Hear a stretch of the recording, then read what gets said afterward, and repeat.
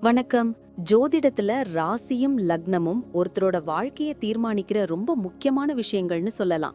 ஒரு ஜாதகத்துல லக்னம்ங்கிறது நம்மளோட உயிரையும், ராசிங்கிறது உடலையும் குறிக்கும். ஆமாங்க. நம்ம பிறக்கிறப்ப கிழக்கு திசையில எந்த ராசி தெரியுதோ அதுதான் நம்மளோட லக்னம். இது 2 மணி நேரத்துக்கு ஒரு தடவை மாறும்.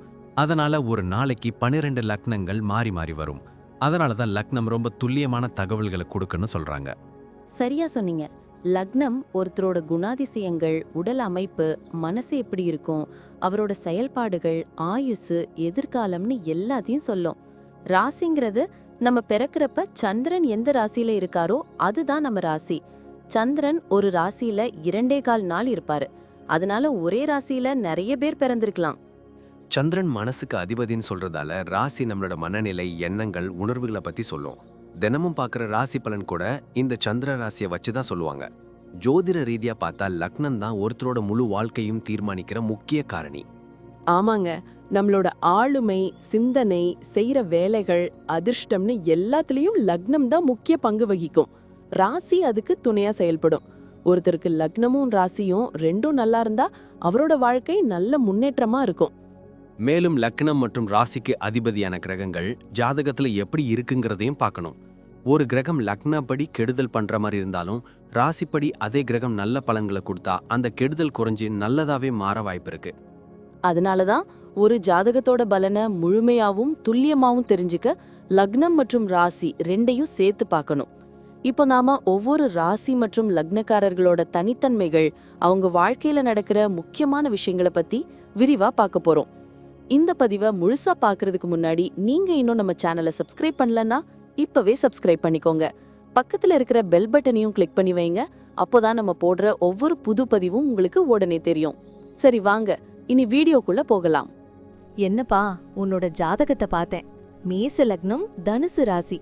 செம காம்பினேஷன் போ. ரெண்டுமே நெருப்பு ராசிங்கிறதுனால உன்கிட்ட ஒரு தனி எனர்ஜி எப்பவும் இருக்கும் போலயே.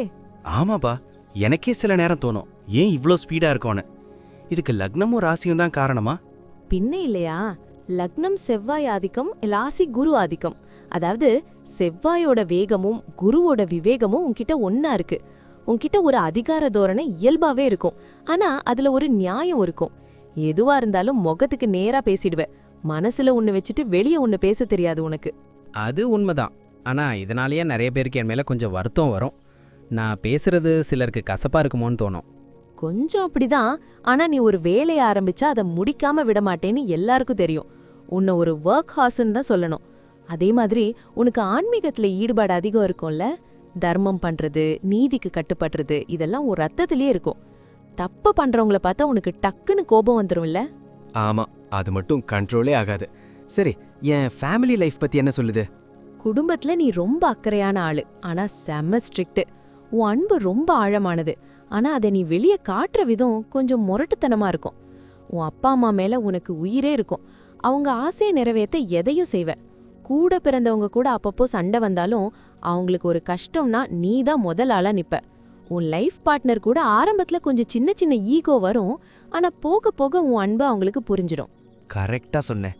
பிசினஸ் பத்தி என்ன நினைக்கிற? நான் யாருக்காவது கீழே வேலை செய்யணுமா இல்ல தனியா பண்ணலாமா? நீ ஒரு சுதந்திர பறவைப்பா. யாருக்கிட்டையும் கை கட்டி வேலை செய்ய உனக்கு பிடிக்காது. கூட்டு தொழிலை விட சொந்தமா தொழில் பண்றது தான் உனக்கு லாபம். முக்கியமா ரியல் எஸ்டேட், கன்ஸ்ட்ரக்ஷன் இல்லனா மத்தவங்களுக்கு அட்வைஸ் பண்ற கன்சல்டன்சி துறையில நீ நல்லா வருவ. புது டெக்னாலஜியை உடனே கத்துப்ப. இன்னொரு விஷயம், நீ நேர்மையா சம்பாதிக்கணும்னு நினைப்ப. அதனாலேயே உனக்கு கஸ்டமர்ஸ் கிட்ட நல்ல பேர் இருக்கும். ஆமா, அதான் என் பாலிசி. உத்தியோகத்துல இருந்தா எப்படி இருக்கும்? உத்தியோகத்துல இருந்தா நீ கண்டிப்பா ஒரு மேனேஜர் லெவல்ல தான் இருப்ப. ஆர்டர் போடுறது உனக்கு கை வந்த கலை. பேங்க் செக்டார் இல்லனா கவர்மெண்ட் ஜாப் கிடைச்சா அங்க டாப் லெவலுக்கு போயிடுவ. ஆனா ஒண்ணு, ஆபீஸ்ல உன் கருத்தை மத்தவங்க மேல திணிக்கிற மாதிரி ஒரு இமேஜ் வரும். அதை மட்டும் கொஞ்சம் பாத்துக்கோ. ஓகே, கவனிக்கிறேன். காசு பண விஷயம் எப்படி? பணத்துக்கு உனக்கு எப்பவும் குறை இருக்காது. ஆனா நீ ஆடம்பரத்துக்கு செலவு பண்றதை விட சொத்து சேர்க்கறதுல தான் ஆர்வம் காட்டுவ. உன் கையில எப்பவும் ஒரு சேமிப்பு இருக்கும். ஆனா ஒரு எச்சரிக்கை, மத்தவங்களுக்கு கடன் கொடுக்கும்போது மட்டும் கொஞ்சம் உஷாரா இரு. ஏன்னா அந்த பணம் திரும்பி வர லேட் ஆகும். உனக்கு வண்டி வீடு அமையிற யோகம் இயற்கையாவே இருக்கு. ஹெல்த்ல ஏதாவது பார்க்கணுமா? நீ ரொம்ப ஆக்டிவ் தான். ஆனா கோபம் அதிகமா வரதுனால பிளட் பிரஷர் இல்லனா தலைவலி வரலாம். தனுசு ராசிங்கிறதுனால இடுப்பு வலி, தொடைப்பகுதியில அப்பப்போ பிரச்சனை வரும். நிறைய தண்ணி குடிக்கணும், ஏன்னா உன் பாடி ரொம்ப ஹீட். அப்புறம் வண்டி ஓட்டும்போது கொஞ்சம் நிதானம் தேவை. என் பசங்க பத்தி என்ன சொல்லுது? உன் பசங்க மேல உனக்கு ரொம்ப பாசம் இருக்கும். அவங்கள ரொம்ப டிசிப்ளினா வளர்ப்ப. அவங்க படிப்புக்கு நீ எவ்வளவு வேணா செலவு பண்ணுவ. உன் பசங்க வளர்ந்த பிறகு உன் பிசினஸ்க்கு சப்போர்ட்டா இருப்பாங்க. உன் பேரை காப்பாத்துவாங்க. டிராவல் பண்றது எனக்கு ரொம்ப பிடிக்கும். அதை பத்தி என்ன? உனக்கு ஊர் சுத்துறதுனா உயிர்ப்பா. முக்கியமா ஆன்மீக சுற்றுலா அதிகமா போவ. ஃபாரின் போற யோகமும் உனக்கு ஈஸியா கிடைக்கும். அடிக்கடி சின்ன சின்ன ட்ரிப் போறது உன் மன அழுத்தத்தை குறைக்கும். இன்னொன்னு சேர்த்து சொல்றேன் கேட்டுக்கோ. உன்னோட லக்கி கலர் சிகப்பு மற்றும் மஞ்சள். உன்னோட ராசி அதிபதி குருவும் லக்ன அதிபதி செவ்வாயும் நண்பர்கள்ங்கிறதுனால உனக்கு எப்பவும் ஒரு பாதுகாப்பான அரண் இருக்கும்.